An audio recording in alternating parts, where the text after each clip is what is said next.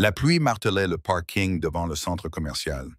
Une petite fille d'environ 7 ans courait sous la tempête, les yeux remplis de panique. Elle heurta violemment un homme qui portait des sacs de course. Sa petite voix tremblait de peur.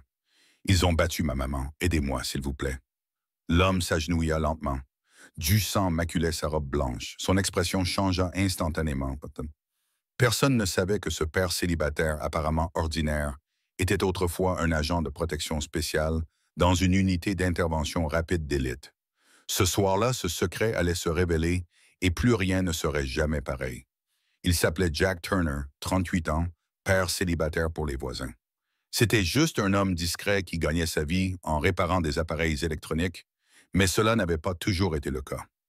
Il y a 10 ans, Jack faisait partie de l'unité Echo, une équipe d'élite chargée de protéger des cibles de grande valeur dans des zones hostiles, des diplomates, des témoins, des personnes dont la vie ne tenait qu'à un fil. Il était le meilleur, silencieux, rapide, efficace. Puis vint l'opération d'Istanbul, celle qui tourna mal. Des explosions, des coupes de feu, des cris dans l'obscurité. Jack survécut de justesse, mais son équipe ne survécut pas. Il s'en est sorti, a changé de nom et enterré son passé et est devenu le père d'une petite fille nommée Ella. Ella avait maintenant 9 ans, elle avait les yeux brillants, souriait tout le temps et disait toujours la même chose. « Tu répares tout, papa. » Jack aurait aimé que ce soit vrai. Ce soir-là, il venait de faire ses courses, du lait, du pain, des œufs, des choses normales, une vie normale. Puis la petite fille s'est précipitée vers lui. Elle s'appelait Lily Lee Lane, elle avait 7 ans, elle était trempée et terrifiée. « Ils ont battu ma maman », sanglotait-elle. « S'il vous plaît, elle est dans notre appartement, ils ne s'arrêteront pas. » L'instinct de Jack s'est réveillé. Il a scruté son visage. Le sang sur sa robe n'était pas le instinct de Jack se mit en marche. Il scruta son visage. Le sang sur sa robe n'était pas le sien, c'était bon signe, mais ses pupilles étaient dilatées. Elle était en état de choc, elle avait vu quelque chose de grave. « Où habites-tu » demanda-t-il calmement. « Immeuble C, 3e étage, appartement 308. » Jack connaissait cet immeuble, il se trouvait à 2 pâtés de maison. « Reste près de moi, dit-il. » Il lui prit la main et ils coururent sous la pluie. Lorsqu'ils arrivèrent à l'immeuble, Jack entendit des cris, du verre qui se brisait, une femme qui hurlait. 3e étage, appartement 308. Jack s'arrêta devant la porte et écouta. Il entendit 3 voix masculines, peut-être 4, et des pas lourdes. La voix de la femme était faible, suppliante. « Lily, » chuchota Jack, « quand nous entrerons, cache-toi derrière le canapé. Ne sors pas avant que je te le dise, compris? » Elle acquiesça, les larmes coulant sur son visage. Jack testa la porte, elle n'était pas verrouillée, il la poussa. À l'intérieur, c'était le chaos. Des meubles renversés, de la vaisselle cassée, une femme au sol, la trentaine, du sang sur la lèvre, les poignets meurtris. 3 hommes se tenaient au-dessus d'elle. Le plus grand, en colère, tenait un tuyau en acier. « Personne ne divorce du patron et s'en tire riche » cria l'homme au tuyau. Là, la femme leva les yeux et croisa le regard de Jack. Clara Lane, PDG de Lane Enterprises, l'une des femmes les plus puissantes de la ville, n'était ce soir-là qu'une victime parmi d'autres. L'un des hommes se retourna, vit Jack et éclata de rire. « Regardez ça, un concierge qui joue les héros. » Jack ne répondit pas. Il poussa doucement Lily vers le canapé. Elle se glissa derrière, puis Jack s'avança. L'homme au tuyau ricana. « Qu'est-ce que tu vas faire? Tu vas nous arrêter? » Était calme et froide. « Tu aurais dû te taire. » L'homme brandit la pipe. Jack bougea. 2 secondes, c'est tout ce qu'il fallut. Il fit un pas de côté, attrapa le poignet de l'homme, et tordit le tuyau qui tomba bruyamment sur le sol. Jack balaya les jambes de l'homme qui tomba lourdement. Les 2 autres se figèrent. Jack resta immobile, son expression n'avait pas changé, mais quelque chose dans ses yeux était dangereux. L'un des hommes tendit la main vers son téléphone. Jack bougea à nouveau, plus rapidement cette fois. Il donna un coup de pied au téléphone qui traversa la pièce, puis enfonça son coude dans les côtes de l'homme s'est effondré. Le 3e homme a reculé vers la porte. Jack ne l'a pas poursuivi. Au lieu de cela, il a fouillé dans son portefeuille et en a sorti un petit badge métallique, vieux et rayé, portant l'emblème de l'unité Echo. Il l'a posé sur la table. Il a tourné lentement, cliquetant doucement contre le bois. « Vous avez choisi la mauvaise maison », a dit Jack calmement. L'homme s'est enfui. L'appartement est devenu silencieux. Seul le bruit de la pluie contre les fenêtres se faisait entendre. Jack s'est agenouillé à côté de Clara. Elle respirait. Elle était blessée, mais vivante. « Ça va ?» lui a-t-il demandé. Elle a acquiescé faiblement. Lily est en sécurité derrière le canapé. Les yeux de Clara se remplirent de larmes. « Merci, je ne sais pas qui vous êtes, mais merci. » Jack ne répondit pas. Il l'aida à s'asseoir et vers « sais pas qui tu es, mais merci. » Jack ne répondit pas. Il l'aida à s'asseoir et vérifia ses blessures. Rien de grave. Lily jeta un œil derrière le canapé. « Maman !» Elle courut vers Clara. Elles s'étreignirent en sanglotant. Jack se leva et regarda les deux hommes allongés sur le sol. Le sol, tous deux inconscients. Il aurait dû appeler la police, mais c'est alors qu'il entendit des pas lourds. Le troisième homme ne s'était pas enfui, il était allé chercher des renforts. La porte s'ouvrit brusquement. 5 autres hommes armés de battes et de pieds de biche firent éruption. Le chef s'avança, des tatouages sur le cou, des cicatrices sur les jointures. « Tu as fait une grosse erreur, vieil homme. » Jack ne bougea pas. Clara serra Lily contre elle. « S'il te plaît, » murmura-t-elle à Jack, « fais-la sortir d'ici. » Jack jeta un coup d'œil à la fenêtre et à l'escalier de secours. Il pouvait les faire sortir, mais ces hommes les suivraient. Mieux valait en finir ici. « Lily, » dit Jack calmement, « ferme les yeux, compte jusqu'à 30 et ne les ouvre pas avant que je te le dise. » La petite fille enfouit son visage dans l'épaule de sa mère. Le chef rit. « Tu te prends pour un héros de film d'action? Ce n'est pas un film. » Jack ramassa le badge métallique sur la table et le remit dans son portefeuille. « Tu as raison, dit-il. Dans les films, le héros parle trop. » Puis il bougea. Ce qui se passa ensuite fut décrit plus tard par Clara comme impossible. Jack n'était pas rapide, il était instantané. Le premier homme brandit une batte. Jack esquiva et enfonça son poing dans le plexus solaire de l'homme. L'homme halta et lâcha son arme. Le deuxième homme arriva par le côté. Jack pivota, attrapa le pied de biche en plein élan, le lui arracha et frappa l'homme genou, et celui-ci s'est effondré en hurlant. Le troisième et le quatrième ont attaqué ensemble. Jack a utilisé leur élan contre eux, a balayé l'un contre l'autre, et ils se sont écrasés contre le mur. Le cinquième homme a hésité, mais pas Jack. Il a comblé la distance en 2 pas, un coup de poing net et précis, et l'homme s'est effondré. 30 secondes, 5 hommes à terre, le chef se tenait seul, sa confiance disparut. Jack s'est approché lentement de lui. « Qui êtes-vous » a balbutié le chef, la tête glaciale. « Quelqu'un que vous auriez dû laisser tranquille. » Le chef se retourna pour s'enfuir, mais la porte s'ouvrit avant qu'il ne puisse l'atteindre. 6 policiers, armes à la main. « Ne bougez plus! Tout le monde à terre! » Jack leva les mains et recula. Les policiers se précipitèrent à l'intérieur, virent les hommes à terre, virent Clara et Lily, virent Jack. Un policier attrapa Jack et le poussa contre le mur. « Vous êtes en état d'arrestation pour agression. » Clara se leva. « Non, il nous a sauvés. Ces hommes m'ont attaqué. » Mais le policier ne l'écouta pas. Il menotta Jack les mains dans le dos. Un autre policier s'agenouilla à côté des hommes inconscients et vérifia leur pouls. « Capitaine, dit-il, ces types font partie de l'équipe Markov. Nous avons des mandats d'arrêt contre 3 d'entre eux. » Le capitaine, un homme grand aux cheveux gris, s'approcha de Jack. « Qui êtes-vous? » Jack ne répondit rien. Le capitaine fouilla les poches de Jack, trouva le portefeuille, l'ouvrit et vit le badge. Ses yeux s'écarquillèrent. « Unité Echo », murmura-t-il. La pièce devint silencieuse. Tous les officiers arrêtèrent ce qu'ils faisaient. Le capitaine fixa Jack du regard. Ils nous ont dit que personne n'avait survécu à cette mission à Istanbul en 2015. Jack soutint son regard. Ils avaient raison. Je n'ai pas survécu. J'ai juste continué à respirer. Le capitaine retira lentement les menottes. « Monsieur, dit-il doucement, nous n'avions aucune idée. » Clara s'avança, la voix tremblante. « Echo Turner, vous êtes Echo Turner. » Jack se tourna vers elle, perplexe. Les mains de Clara tremblaient. « Mon père, Richard Lane, était à Istanbul il y a 10 ans. » Tremblait. « Mon père, Richard Lane, était à Istanbul il y a 10 ans. Il était sous-traitant pour le gouvernement. Il y a eu une explosion dans son hôtel.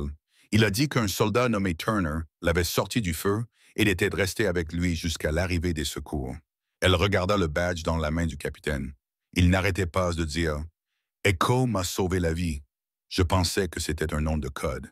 Je ne savais pas que c'était réel. » L'expression de Jack s'adoucit. Richard Lane. Je me souviens de lui. Il avait une photo d'une petite fille dans son portefeuille. Il me l'a montré pendant que nous attendions l'hélicoptère. Les yeux de Clara se rempliront de larmes. C'était de moi. La pièce redevint silencieuse. Lily leva les yeux vers sa mère. « Maman, c'est un super-héros? » Clara sourit à travers ses larmes. « Oui, mon bébé, c'est un super-héros. » Jack secoua la tête. « Je suis juste un homme qui se trouvait au bon endroit. » Le capitaine posa une main sur l'épaule de Jack. « Épaule. Vous avez sauvé beaucoup de gens ce soir, Turner. Nous nous occuperons du reste. » Alors que les policiers arrêtaient les hommes inconscients, Clara s'approcha de Jack. « Je ne sais pas comment vous remercier, dit-elle. » Jack regarda Lily. La petite fille souriait maintenant, en sécurité. « Vous venez de le faire, dit-il doucement. » La police boucla les lieux. Les ambulanciers arrivèrent. Ils examinèrent Clara et Lily. Elles avaient des blessures légères, rien de grave, mais Clara refusa d'aller à l'hôpital. « Je dois d'abord m'assurer que ma fille se sente en sécurité, » dit-elle fermement. Le capitaine acquiesça. « Nous comprenons, Zal Lane. Nous aurons besoin de vos dépositions demain. » Il se tourna vers Jack. « Et vous, Turner, nous aurons également besoin de votre déposition, mais officieusement. Merci pour ce que vous avez fait ce soir. » Jack acquiesça silencieusement tandis que les agents emmenaient les hommes arrêtés. L'un d'eux cracha sur Jack. « Tu es mort, vieil homme. Le patron te retrouvera. » Le capitaine poussa l'homme en avant. « Continuez à marcher. » Clara les regarda s'éloigner, puis se tourna vers Jack. « Le patron, dit-elle doucement, c'est mon ex-mari, Marcus Lane. » Jack haussa un sourcil. « Lane, le même nom de famille. Je l'ai gardé pour des raisons professionnelles, » expliqua Clara. « Marcus et moi avons divorcé il y a 6 mois. Il ne l'a pas bien pris, surtout quand j'ai obtenu la garde exclusive de Lily et le contrôle de l'entreprise. » Elle fit une pause et baissa la voix. « Il a juré qu'il me détruirait. Je pensais qu'il parlait de sabotage commercial. Je ne pensais pas qu'il le ferait vraiment. » Sa voix se brisa. Lily serra la jambe de sa mère dans ses bras. « Tout va bien, maman. Le protecteur nous a sauvés. » Jack s'agenouilla pour se mettre à la hauteur de Lily. « Tu as été très courageuse ce soir. Ta maman a de la chance de t'avoir. » Lily sourit, puis elle regarda le badge que le capitaine tenait toujours dans sa main. « Que signifie Echo? » Jack hésita. Le capitaine rendit le badge à Jack. C'était son indicatif dans l'unité Echo. Chaque membre avait un rôle. Turner était le bouclier, il protégeait les gens quand personne d'autre ne le pouvait. Les yeux de Lily s'écarquillèrent, comme s'il s'agissait d'un super-héros. Jack secoua la tête. « Non, les super-héros n'existent pas. Je suis juste quelqu'un qui sait comment aider. » Clara s'essuya les yeux. « Puis-je vous poser une question, Monsieur Turner? » Jack, juste Jack.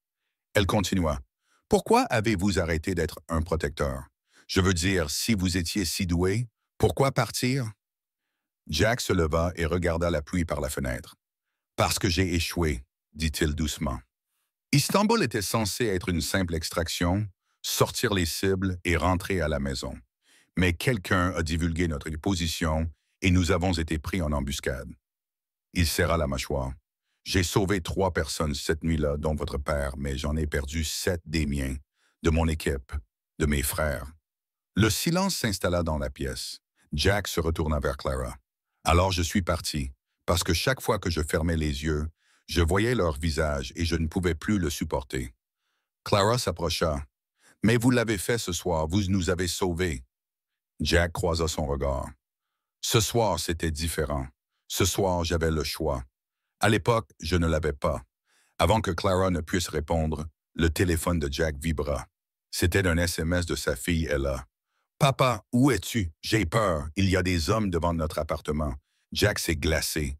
Il a regardé le capitaine. « Je dois y aller maintenant. » Le capitaine a froncé les sourcils. « Qu'est-ce qui ne va pas? » Jack lui a montré le message. Le visage du capitaine a pâli. « Ils ont trouvé ton adresse. Marcus doit avoir des contacts dans la base de données de la police. » Jack se dirigeait déjà vers la porte.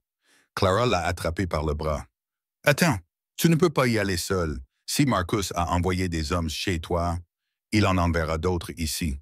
Jack s'est dégagé. Ma fille est là-bas. Je n'ai pas le temps d'attendre.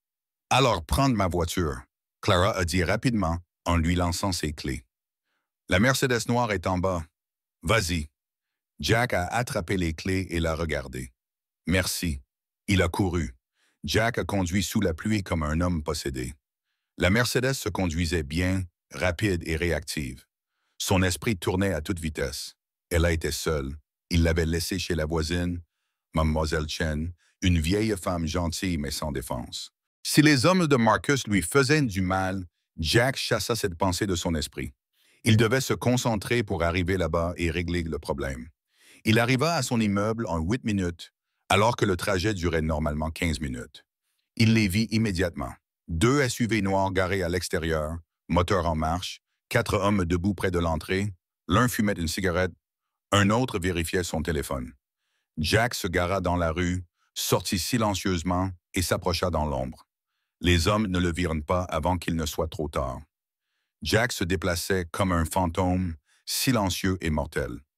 Le premier homme tomba sans un bruit, d'un coup rapide au cou, il s'effondra.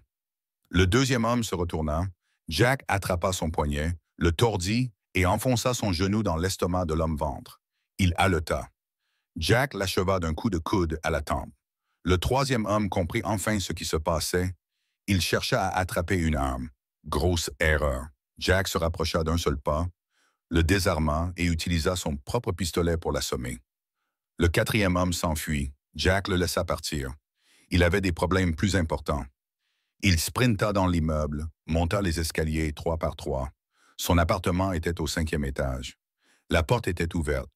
Le cœur de Jack s'arrêta. Il entra prudemment, scrutant et écoutant attentivement. Des voix dans le salon. « Où est ton papa, petite fille? » La voix d'Ella tremblait, mais elle restait provocante. « Je n'ai rien à vous dire. » Un homme rit. « Une petite dure, tout comme ton père, hein? » Jack entra dans l'embrasure de la porte. 3 hommes, l'un tenait Ella par le bras, un autre se tenait près de Mademoiselle Chen, assise et attachée à une chaise. Le troisième était appuyé contre le mur, les bras croisés. L'homme qui tenait Ella leva les yeux. « eh bien, le héros est de retour. » La voix de Jack était calme, d'un calme mortel. « Lâche-le. » L'homme sourit. « Sinon tu vas nous tabasser comme tu l'as fait avec les autres. » Cette fois, on s'est préparé. Turner sortit un couteau et le brandit près du visage d'Ella. Un faux mouvement et elle sera blessée. Jack ne sia pas. « Tu ne veux pas faire ça. »« Ah oui, pourquoi pas? » Jack fit un pas en avant. « Parce que si tu lui fais du mal, je ne me contenterai pas de t'envoyer à l'hôpital, je t'enverrai 6 pieds sous terre. » Le sourire de l'homme s'est effacé. Jack a fait un pas de plus. « Tu penses être effrayant parce que tu tiens un couteau? J'ai affronté des hommes armés, des bombes, et pire encore, et je suis toujours là. Un pas de plus, tu n'es rien. » La main de l'homme a tremblé. Jack a frappé plus vite que l'œil ne pouvait le suivre. Il a attrapé le poignet de l'homme-poignet, lui arracha le couteau, libéra Ella et la poussa vers le couloir. Elle courut vers l'appartement de Mademoiselle Chen. Elle a couru. Les 2 autres hommes attaquèrent. Jack était prêt. Il utilisa l'homme armé du couteau comme bouclier et le poussa contre le deuxième agresseur. Ils trébuchèrent tous les 2. Le troisième homme lança un coup de poing. Jack le bloqua et riposta. Le nez de l'homme. Le nez de l'homme se brisa dans un craquement écœurant. Jack pivota et donna un coup de pied dans la poitrine du deuxième homme. Celui-ci fut projeté en arrière et heurta le mur. Il ne se releva pas. Le premier homme, celui qui avait le couteau, se remit debout précipitamment et se jeta sur Jack. Jack fit un pas de côté, attrapa son bras et le fit basculer par-dessus son épaule. L'homme s'écrasa sur la table basse. Jack se tenait debout au-dessus de lui, respirant calmement. « Dis à Marcus que ça s'arrête maintenant. Sinon, la prochaine fois, je viendrai le chercher. » L'homme acquiesça frénétiquement. Jack délia Mademoiselle Chen. « Ça va? » Elle acquiesça, les larmes aux yeux. « Votre fille a été très courageuse. Elle n'a pas pleuré une seule fois. » Jack sourit. « Elle est forte. » Il trouva Ella cachée dans l'appartement de Mademoiselle Chen. Elle courut vers lui. « Papa! » Jack la serra fort dans ses bras. Je suis là, ma chérie. Je suis là. Tu es en sécurité maintenant. Elia leva les yeux vers lui. Tu es vraiment un protecteur, n'est-ce pas? Jack embrassa son front. Seulement pour les personnes que j'aime. Le lendemain matin, la nouvelle fut annoncée. Un père célibataire et ancien combattant sauve une PDG d'une intrusion à son domicile. Toutes les chaînes d'information en parlèrent. Tous les sites web en firent état. Les réseaux sociaux explosèrent. Le visage de Jack était partout. Il détestait ça, mais Clara avait insisté pour que cela soit rendu public. Les gens doivent savoir ce que tu as fait, avait-elle dit, et Marcus doit savoir qu'il ne peut pas se cacher. À midi, Marcus Lane était arrêté et accusé de complot, d'agression et de tentative d'enlèvement. Les preuves étaient accablantes. Ces hommes avaient parlé, fait des déclarations et tenté de conclure des accords. Marcus allait passer un long moment en prison. La police avait découvert d'autres éléments. Marcus avait engagé ses hommes des mois auparavant, tout planifié, harcelé Clara, menacé des témoins et tenté de saboter son entreprise. Tout était désormais documenté. Clara a tenu une conférence de presse devant le siège de Lane Enterprises. Les journalistes se sont précipités vers Mademoiselle Lane. « Que pensez-vous de l'arrestation de votre ex-mari? » La voix de Clara était calme. « Je me sens soulagée et reconnaissante. Reconnaissante envers Jack Turner, qui a risqué sa vie pour me protéger, moi et ma fille. Est-il vrai qu'il faisait partie d'une unité militaire d'élite? Oui, l'unité Echo, l'une des équipes de protection les plus décorées de l'histoire. Et ce soir, j'annonce que Lane Enterprises rendra hommage à M. Turner en le nommant notre gardien de l'année. La foule a éclaté en applaudissements. Jack se tenait à l'arrière, mal à l'aise, Ella à ses côtés. « Papa, tu es célèbre » a chuchoté Ella. Jack a soupiré. La célébrité est surfaite. Mais quelque chose a alors changé. Des gens dans la foule ont commencé à s'approcher de lui. Pas des journalistes, mais des gens ordinaires. Une jeune femme lui a serré la main. « Merci d'avoir montré à ma fille que les héros existent vraiment. » Un homme plus âgé lui a tapoté l'épaule. « J'ai moi aussi servi dans une unité différente, mais je sais ce que vous avez sacrifié. Merci d'être revenu quand cela comptait. » Un enseignant s'est approché. « Mes élèves ont parlé de vous toute la journée. Vous les avez inspirés. Vous leur avez montré que le courage existe vraiment. » Un petit garçon d'environ 6 ans a levé les yeux vers Jack avec de grands yeux. « Quand je serai grand, je veux être comme vous. » Jack s'est senti ému. « Alors sois gentil, sois courageux et protège les gens qui ne peuvent pas se protéger eux-mêmes. » Le garçon a acquiescé sérieusement. Même les voisins de Jack se sont approchés. Monsieur Chen, qui auparavant se contentait de saluer Jack d'un signe de tête, lui a serré fermement la main. « J'ai toujours su que tu avais quelque chose de spécial. Merci d'avoir protégé ma femme. » Madame Rodriguez, du 2e étage, a apporté des biscuits faits maison pour Jack et Ella. « Tu es une bénédiction pour cette communauté. » Le concierge, qui se plaignait autrefois des retards de loyer, avait maintenant l'air embarrassé. « Je suis désolé d'avoir douté de toi, Monsieur Turner. Tu es le bienvenu ici aussi longtemps que tu le souhaites. » Jack sentit quelque chose changer en lui. Pendant 10 ans, il s'était caché, honteux, brisé, mais maintenant, en voyant ces visages, en ressentant leur gratitude, il comprit quelque chose. Il n'était pas brisé, il était en train de guérir. Alors que la foule se dispersait, Clara s'approcha avec Lily. « Je pensais ce que j'ai dit, » lui dit Clara. « Tu as sauvé plus que nos vies, tu nous as donné de l'espoir. » Lily tendit à Jack un morceau de papier, un dessin représentant 2 silhouettes de personnages se tenant la main, un grand et un petit. « C'est toi et moi, » dit Lily timidement. « Tu es mon héros. » La gorge de Jack eut la gorge serrée. Il prit le dessin avec précaution. « Merci, Lily, je le garderai pour toujours. » Clara sourit chaleureusement. « Nous aimerions vous inviter, toi et Ella, à dîner pour vous remercier comme il se doit. Pas pour affaire, pas de manière formelle. Juste nous, juste en famille. » Jack regarda Ella. Elle acquiesça avec enthousiasme, les yeux brillants d'excitation. « Nous aimerions beaucoup, » dit Jack. Ce soir-là, les informations montrèrent des images de Marcus conduit au tribunal. Son costume coûteux ne pouvait cacher sa défaite. Jack regardait depuis son appartement. Ella endormie sur son épaule. Justice avait été rendue et pour la première fois depuis des années, Jack Turner eut l'impression de pouvoir à nouveau respirer. Une semaine plus tard, Jack et Ella arrivèrent à l'appartement de Clara. C'était magnifique, avec ses baies vitrées et les lumières de la ville qui scintillaient en contrebas. Mais ce qui frappa le plus Jack, c'était à quel point cela semblait normal. Lily et Ella jouaient avec des poupées dans le salon en riant et en inventant des histoires. Clara cuisinait dans la cuisine, un repas simple, des pâtes et une salade, rien d'extraordinaire. Je ne suis pas une grande cuisinière, admit-elle, mais je voulais que ce soir, on se sente comme à la maison. Jack sourit, c'est déjà le cas. Ils mangèrent tous les quatre ensemble, discutant et partageant des anecdotes. Lily parla à Ella de son école. Ella parla à Lily de ses livres préférés. Clara et Jack les regardaient, deux parents célibataires, deux combattants trouvant la paix dans les moments les plus simples. Après le dîner, Clara tendit une enveloppe à Jack. « Qu'est-ce que c'est » demanda-t-il. « Ce n'est pas un paiement » répondit-elle rapidement. « C'est un geste de gratitude. » À l'intérieur, il y a une bourse d'études pour Ella, pour l'université, pour tout ce dont elle aura besoin. Jack secoua la tête. « Je ne peux pas accepter cela. »« Vous l'avez déjà fait, » dit Clara. « Tu m'as donné un avenir avec elle, laisse-moi donner celui d'Ella. » Jack regarda l'enveloppe, puis Ella qui riait avec Lily. Il acquiesça. « Merci. » Lily accourut, tenant quelque chose de petit dans sa main. « Monsieur Jack, j'ai fait ça pour vous. » C'était un bracelet avec des perles colorées au centre et un petit charme en métal sur lequel était inscrit « Protecteur ». Jack s'agenouilla et la laissa l'attacher autour de son poignet. « Je le porterai tous les jours, promit-il. » Lily rayonna, puis elle le serra fort dans ses bras.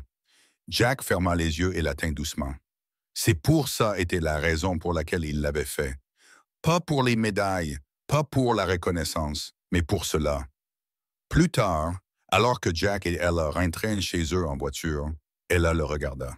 « Papa, tu es heureux? » Jack lui jeta un coup d'œil. « Pourquoi tu me demandes ça? Parce que tu souris plus maintenant, comme si tu n'étais plus triste. » Jack se pencha vers elle et lui serra la main. « J'y arrive, ma chérie, grâce à toi. » Elle y a souri. « Et mademoiselle Clara et Lily, on est comme une famille maintenant, n'est-ce pas? » Jack y réfléchit. « Une famille, non pas par le sang, mais par choix, par les moments qui comptent. »« Oui, » dit-il doucement, « pense que nous le sommes. » Cette nuit-là, Jack était assis seul dans son appartement, le badge métallique de l'unité Echo posé sur la table à côté de lui. Il le prit et passa son pouce sur la surface usée. Pendant 10 ans, il avait porté le poids de la culpabilité. Mais ce soir-là, il ressentait quelque chose de différent. La paix. Il murmura dans la pièce silencieuse. « Avant, je protégeais des personnes importantes avec des armes et des caméras. Maintenant, je protège ce qui compte le plus, les petits sourires que le monde oublie de protéger. » Dehors, la pluie avait cessé, les lumières de la ville scintillaient, et pour la première fois depuis longtemps, Jack Turner a dormi sans faire de cauchemar. Abonnez-vous si vous croyez que les héros marchent encore discrètement parmi nous.